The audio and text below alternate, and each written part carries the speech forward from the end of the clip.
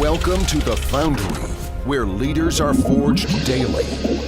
Each week we investigate themes of leadership, entrepreneurship, and mindset with some of the greatest minds in real estate. And now, the data scientist of real estate, George Roberts.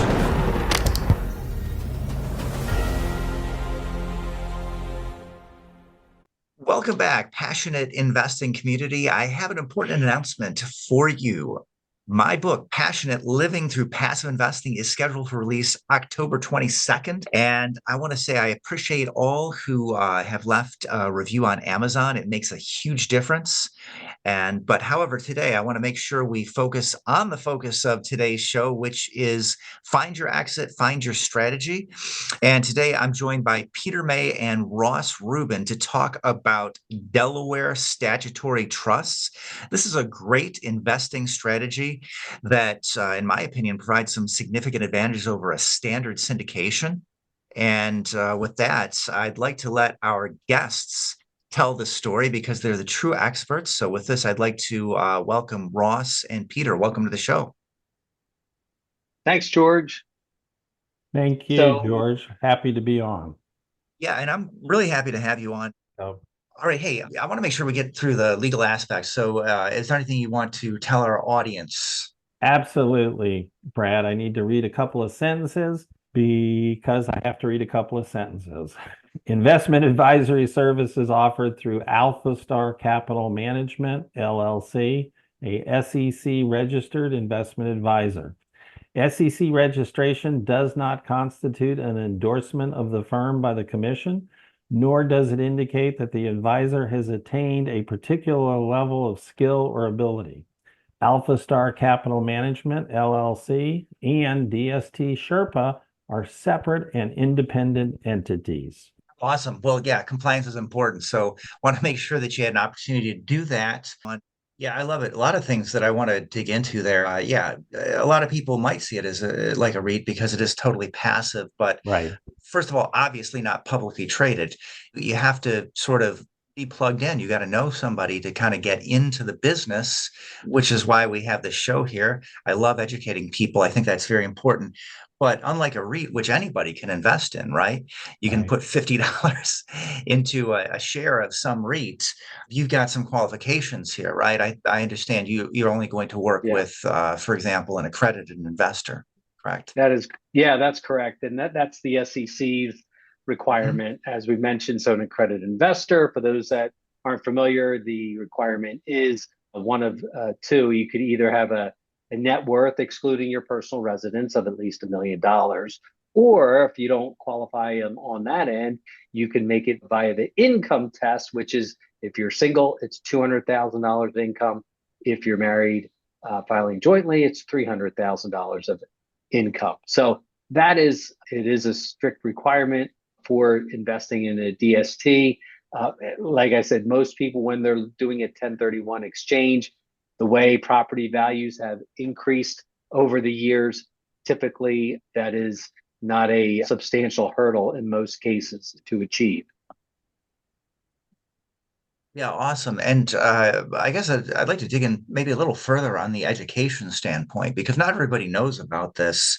Can we go through, I know you have a sort of a case study, somebody that you were able to help using a DST, but even their CPAs haven't heard about this. Doesn't mean they're bad people, right? You can't know about everything in the tax code.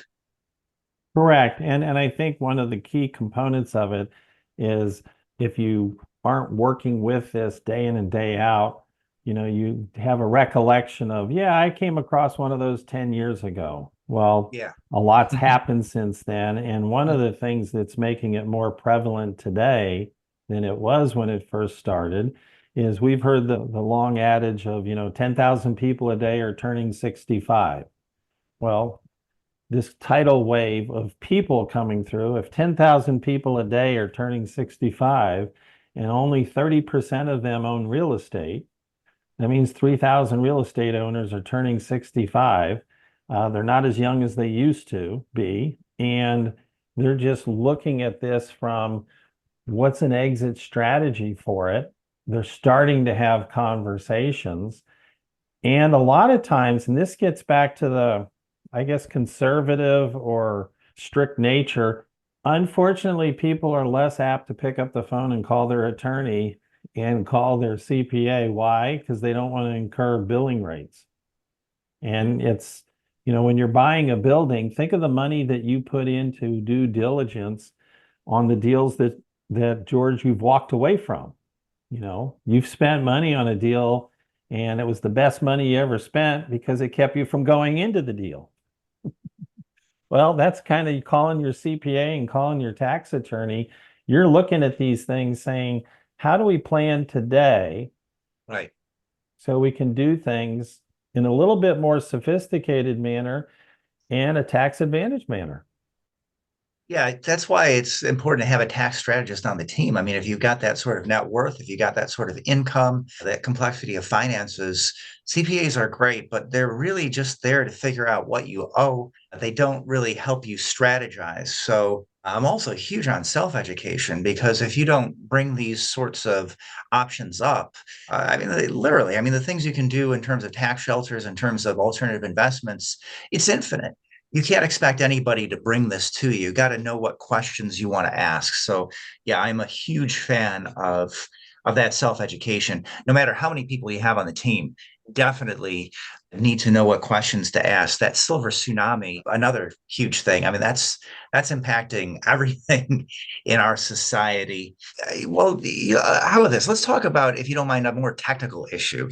So, Peter, Okay. I'd like to ask you, how do you actually create a DST? There's a lot that goes into this. This is way, I would say, I think a bit beyond, ordinary real estate transaction, commercial real Well, estate. the part that's we, DST Sherpa, aren't actually the creators of the Right. DST, an Inland Capital, an Exchange Right, a Next Point, a Walton Group. They're the ones that are creating it. So what they're doing is they're going out and finding the building, and then they're acquiring the building. So they 40 million in cash and 40 million of debt, which gets into a nice tax play down the road. So they're acquiring the building and then they are papering it, creating the business plan for that building that meets the requirements. It's referred to as 7 sins. I don't know exactly what all of them are, but the 7 steps. And so if they do it the right way, for example, a DST cannot raise additional capital. So the PPM will explain, here's all their reserves. So as each apartment rolls over, they're going to put 10,000 into it and improve that apartment so that they move from, B to A. And that brings up an issue of due diligence. So as we're looking through some of the PPMs, one of them for a group had the ability to pay out of reserves for cash flow. And that's kind of crazy. I mean, Yeah. that's how they want to do it. Well, that didn't make our cut because we're in from the position of reserves are for reserves. Mhm. If prices go up, taxes go up, if, insurance costs go up, then the return goes down a little bit. But now that rolls into for the larger providers, since they're not insuring their property region by region, they may be an umbrella over nationally. So now they're getting better rates because they're insuring buildings in Yeah. 40 states versus little people like us who only have a certain region. So that's where you're coming into play and you're looking at it and you're saying, here's where the due diligence comes into place. So now, once the DST is papered, I like to use the word papered and in place, then they reach out. And one of the advantages that's overlooked is what we call the non-recourse debt piece of it. So 40 million of cash, $40 million worth of debt. So it's an $80 million building. And for purposes of this, let's say George sold a $4 million building that had zero basis because he's had it forever. So now you own 1/10, 44 of the 40, and you also get the corresponding percentage of the non-recourse debt. So the beauty is it's as if George sold a $4 million building and bought an $8 million building with the debt already in place. Because you get your cash on cash and then you get your non-recourse debt. Now, here's the part where it sings to you. That non-recourse debt is new depreciation. And anybody in real estate loves new depreciation. So you bought it for 400, you fully depreciated it, went to 4 million. And then if you found the right leverage DST, and they come in different shapes and sizes, now you've got $4 million of new depreciation to offset the cash flow on your $4 million of cash. So it puts into play it. And the other part on there, it takes the worry that you had on that building. You know, as we like to say, if you really like tinkering with that building, maybe what you need DST Sherpa for is to find you a life coach so that you can figure out what to do, because you're really enjoying that building too much to the detriment of your family, depending on how much time you want to spend with your family. Yeah, well, I got to say, happy whenever I invest passively. As soon as I write that check, sign those documents, PPM, et cetera, subscription agreements, happy to leave the heavy lifting to someone else. But I like your vetting process. You mentioned you don't want to work with people who are using their reserves and then pretending, giving that as a distribution, pretending that that's cash flow. Yeah, that's something that you have to watch out for. That, you think you're getting a return on capital, make sure it's not just return of capital. So people need to pay attention to the finances of the big buildings that they're investing in. And it depends. Certain operators give more information than others. But yeah, just a little tip out there in passive investing land. Passive investing is work, and you have to pay attention and see what people are actually doing. But you did mention briefly some of the advantages of working with someone like DST Sherpa. An obvious advantage is that you don't have to know all of those 50 or so DST providers. You're out there and you're looking for essentially the best of the best and aggregating those opportunities for people. So making one quality contact with a company like DST Sherpa, then you essentially have access to many. Absolutely. Exactly. And that's our philosophy, is looking at the universe of the DST sponsors and really focusing on that top tier from like I said, an experience, track record, balance sheet standpoint, so that, and another layer of due diligence, even though the DST sponsor is approved or makes our cut through due diligence, we still then reevaluate every DST that they bring to market individually. So it's not a blanket deal. If XYZ sponsor meets our criteria, that's great. That's one layer. The second layer is every DST that they're bringing to market. We're doing that same deep dive to make sure it makes the cut as well. Yeah, and I'd love to just bring it home. You mentioned Sherpa is a guide. We also mentioned the mountains in the logo, which I love, by the way, because just to bring it home, if you're going to climb a mountain, right? And this is some different terrain here. Understanding the Delaware Statutory Trust, I totally get the metaphor. You'd want a Sherpa. You're not going to, nobody climbs Mount Everest by themselves. Exactly, and the Sherpa-ing, or being the Sherpa, is for the providers that we work with. We've talked to their chief investment officer. We've talked to and we had, as an example, a client that was looking at 3 different DSTs that they were trying to go through. Maybe if Ross froze, he'll come back and unfreeze. What happened is they had 3, we were breaking up, a $4 million portfolio into 3 different DSTs for $1 million, and then the last one was $2 million. And we got the experts, the people who did the deal for each one of those, and did a series of Zoom. Now, next time we won't go back to back to back. We'll give everybody a half-hour break, but I'm going out on one to visit with some of the higher ups at another provider, because there's nothing that substitutes for shaking the hand and looking at the person face to face and listening to the culture that they push forward for their entity. and being able to ask them those questions. Probably the toughest part about it, the toughest question we get, as you can expect, is, well, what's my guarantee?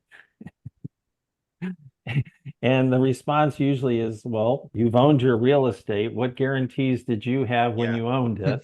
Not to fend off the question, but there is risk.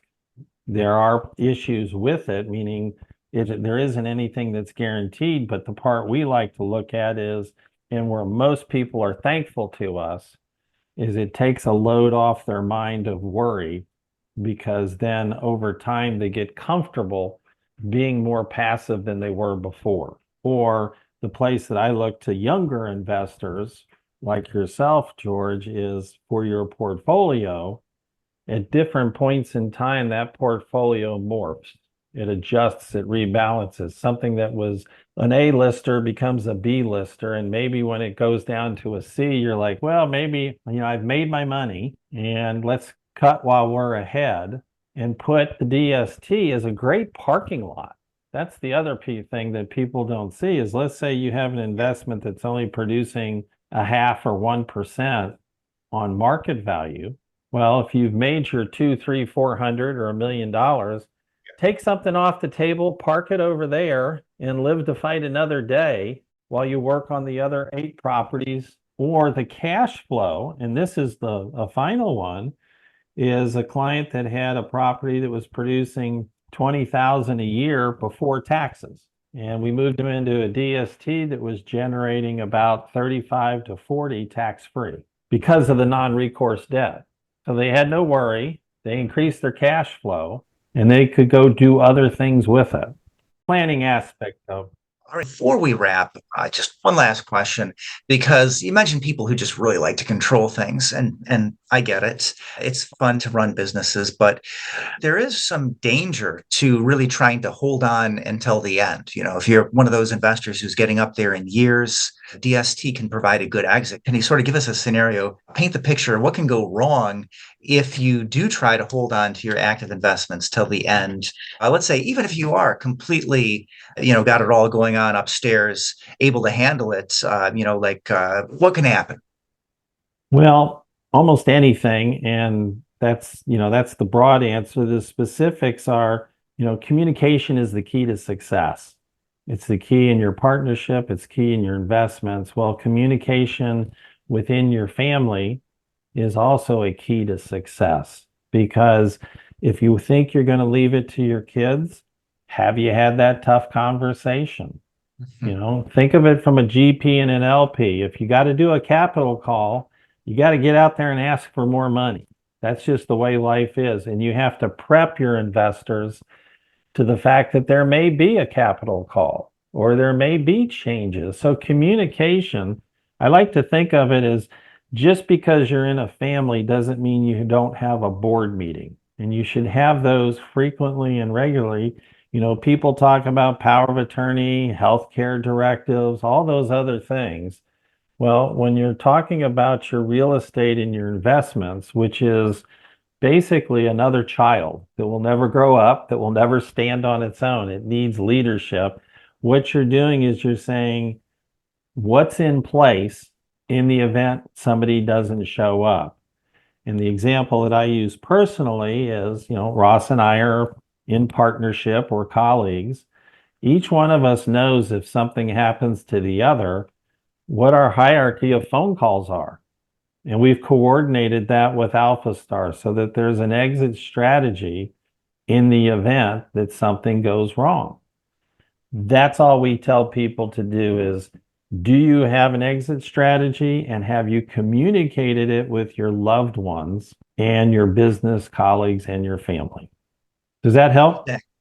Yeah, exactly. If your family's not ready, not willing, not interested in taking over, then this could be Which is okay. way. Yeah. Right. It's okay. But this could be a way of passing things on in a way where they're not left scrambling, trying to figure out, how do we run a commercial real estate empire? And not be exposed to the runoff or what I call the fire sale.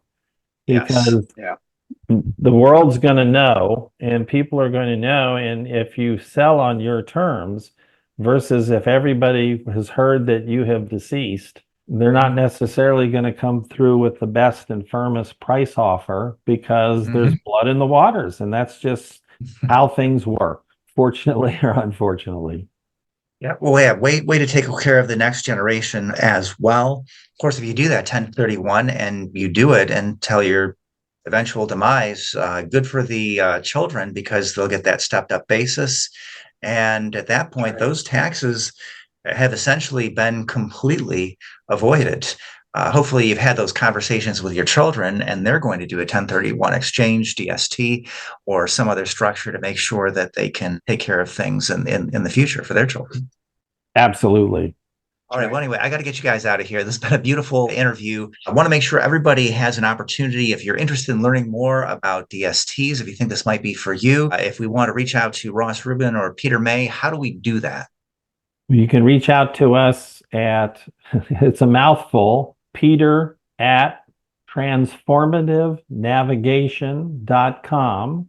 They can also find us on LinkedIn. And at the same time, I'm sure if they reached out to you, George, you would do us a favor and pass them along to us. But you raise a very key point, and I'll be short in my response. Education is what we're about. If we can't educate you to educate your audience, then we have no business asking to help you out with a DST transaction. We like to pay it forward and help you grow your business, George, and help your watchers and readers grow their business. Because if we can't move forward and move up, then almost spiritually, what have we done that's any good? Well, I love it. And thanks for the philosophy on the ride out. I think it is very important. We're all about education over here. I want to thank you both, Ross, Peter. Thank you so much for taking the time to share your knowledge and experience with our audience. And we'll definitely pass that along. We'll find that all in the show notes. So if you're driving right now, I hope you didn't drive off the road trying to copy down that email address. That'll definitely be in the show notes when you arrive at your destination. So thank you both for taking the time. And, hey, look forward to seeing a lot of people in the future, hopefully saving on those taxes and living a better future. Thanks, Thank George. you very This is much, great. George. All right. Thank you.